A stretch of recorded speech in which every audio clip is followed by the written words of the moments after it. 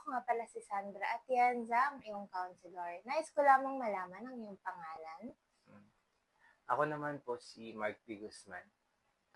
Mark, bago tayo magsimula, nais ko lang ipaalam sa iyo na welcome ka sa aming opisina at salamat at tinatagan mo ang iyong loob sa pagpunta sa opisinang ito upang maglabas ng iyong nararamdaman.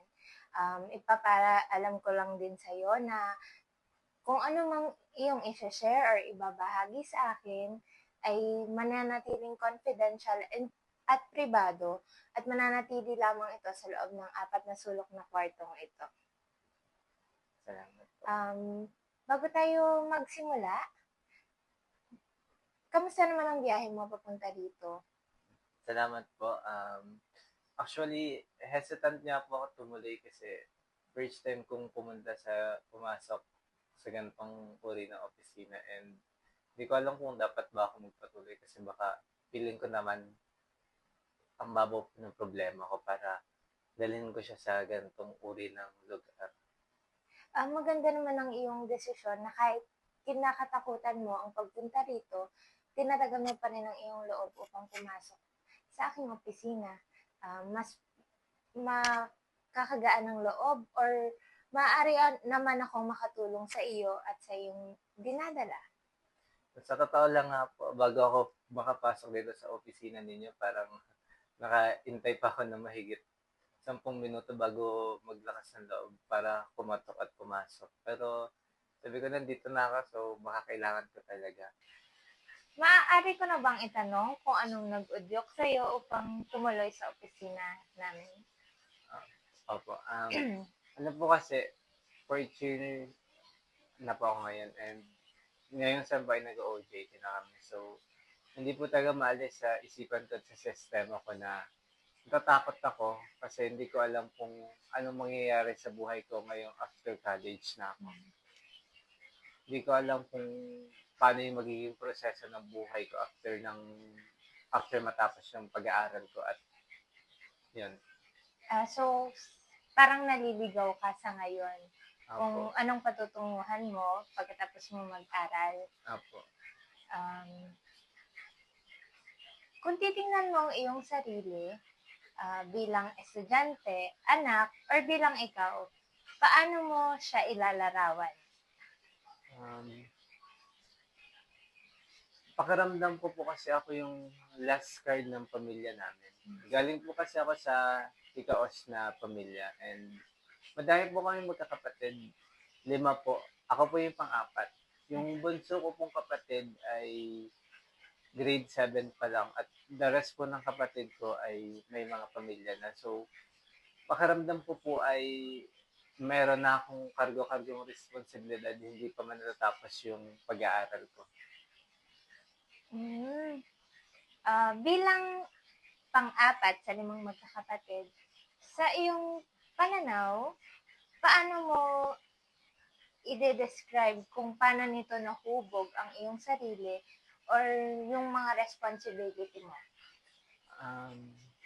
Kasi nakita ko yung pamilya namin na ever since ay parang kailangan magpakahirap para mabuhay. So, tapos nakita ko yung mga kapatid ko na otay-otay umaalis sa bahay namin na parang hindi tinulungan yung sitwasyon ng buhay namin. So, parang pakiramdam ko may need ako na patunayan. May kailangan kong isalba sila. Kailangan may gawin ako. Parang tulad yan, after itong college, parang dapat pag dire-diretso na ako niyan, dapat pag ganun na lang yung mangyayari sa buhay ko. Kumbaga, after ng college, dapat alam ko na kung anong mangyayari. So, sa paniniwala mo, dapat linear lang yung progress mo sa mga ginagawa mo. Kailangan dire-diretso lang. Hindi pwedeng magkaroon ng delays or anything na pwede kang mahinto sa pagpunta sa progress na gusto mo. Opo, yun na po mismo yung nararamdaman ko. Mark, may naaalala ka bang sa nakaraan mo or nung bata ka na maaaring maka-impluwensya sa kung paano mo hinaharap yung mga problema mo o yung buhay mo ngayon? naalala ko po, grade hindi po, 7 years old po ako nun, 7th birthday ko to be exact.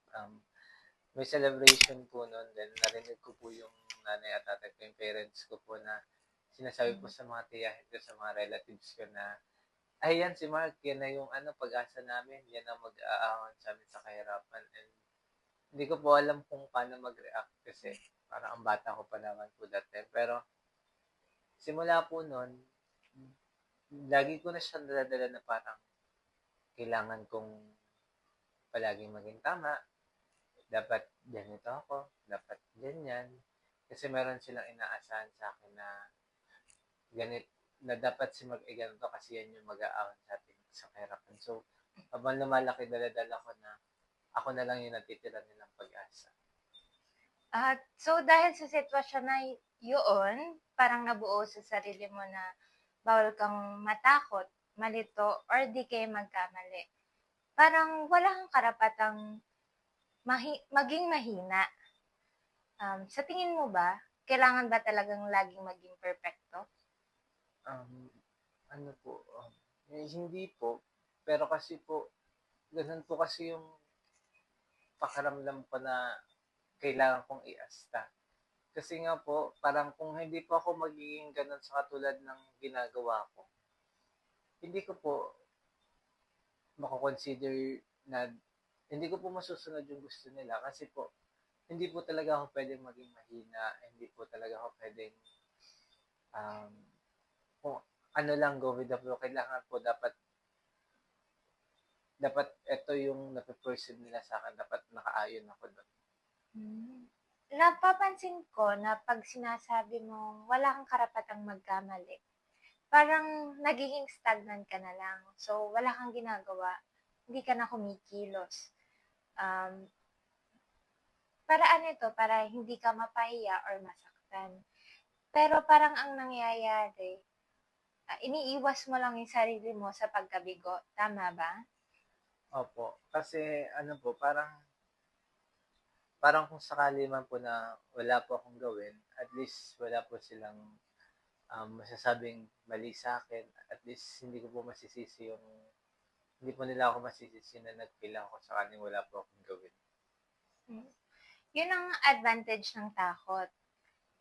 Totoo na pinoprotektahan mo lang yung sarili mo sa sakit na mararamdaman mo pagka nagkamali ka. Pero nakakapigil rin ito sa paghubog mo ng iyong sarili. Parang, siguro parang ginagawa ko siyang dahilan makaiwas ako para maiwasan ko yung bagay na magkamali, yung bagay na malabel ako as a failure. Pero kung titingnan mo sa ganong pananaw, hindi na ganon kagandang pakinggan yung word na takot, tama ba? Opo, parang sa sinabi niyo po, sa narinig ko po ngayon, para po kasi yung ginagawa ko, pinapang-front ko po yung takot. Parang mas malaki yung takot kumpara dun sa eagerness ko. So, parang ngayon po, parang nape-perceive ko yung takot as parang alam ko na po kung ano yung nagiging role ng takot sa mga nagiging desisyon ko sa buhay at kung paano po ako pinapagana ng takot na yun. Mark, gusto ko lang ipaalala sa'yo na ang takot ay hindi weakness. Ang tapang mo kasi kahit anong bigat ng dinaranas mo ngayon or dinadala mo, nagpapatuloy ka pa rin at hindi lahat kayang gawin yan. Um, Ngayon na kaya mo nang i-label kung anong epekto ng takot sa iyo, kaya mo na din bang pangalanan kung anong gusto mong mangyari sa buhay mo ngayon? Ramdam ko na din po kasi yung burden financially, lalo na po sa last term ng college ko po ngayon at talaga po, sabi ko pong burden na burden po at indebted yung pakiramdam ko sa pamilya ko ngayon kasi sobrang gastos po talaga ng last term ko and ayoko na po yung pakiramdam na sobrang nahihirapan sila. So, um, gusto ko po silang tulungan lalo pat ang last week na po ngayon ang OJT ko at matatapos na. naisip ko po na baka meron po akong kayang gawin para matulungan sila. Hmm. Let's try something. Act as if tapos na yung OJT mo. Ah, anong una mong gagawin? Siguro po maghahanap po ako ng trabaho, mag-a-apply po ako ng job application kahit natatakot pa rin po ako. Hmm. Meron ka naman ng idea kung anong gusto mong mangyari sa buhay mo. Ngayon, subukan mong magpasa kahit at least 2 job application. And then, sa sunod nating pagkikita, sa sunod nating session, pwede natin pag-usapan kung anong nangyari. Sa ngayon, may mga gusto ka pa bang i-share or ibahagi sa akin bago matapos ang session na ito? Wala naman na po kasi yan po talaga yung pinakamalaki kong takot. So far, yun lang po. Bago ka umalis ng silid na ito, nais kong ipaalala sa'yo na hindi mo kailangan maging last card ng pamilya para maging mahalaga. May halaga ka dahil ikaw ay ikaw at may kakayahan kang pumili ng sarili mong direksyon sa buhay. Masasabi ko naman po na may konting takot pa din po, pero ang mahalaga po, yung pakiramdam ko po ngayon ay may halong pag-asa. At sapat na yung kaunting pag-asa para makapagsimula ka. Opo, naniniwala po ako doon. Kaya maraming salamat po sa pakikinig po. At hindi ko po kasi alam talaga kung ano yung mga hakbang na gagawin ko. At salamat po. At ngayon, malinaw na po sa akin kung ano yung mga dapat kong gawin. Ayun po, maraming salamat po sa tulong niyo. Salamat rin at sana may naitulong ako sa iyong problema ngayong araw.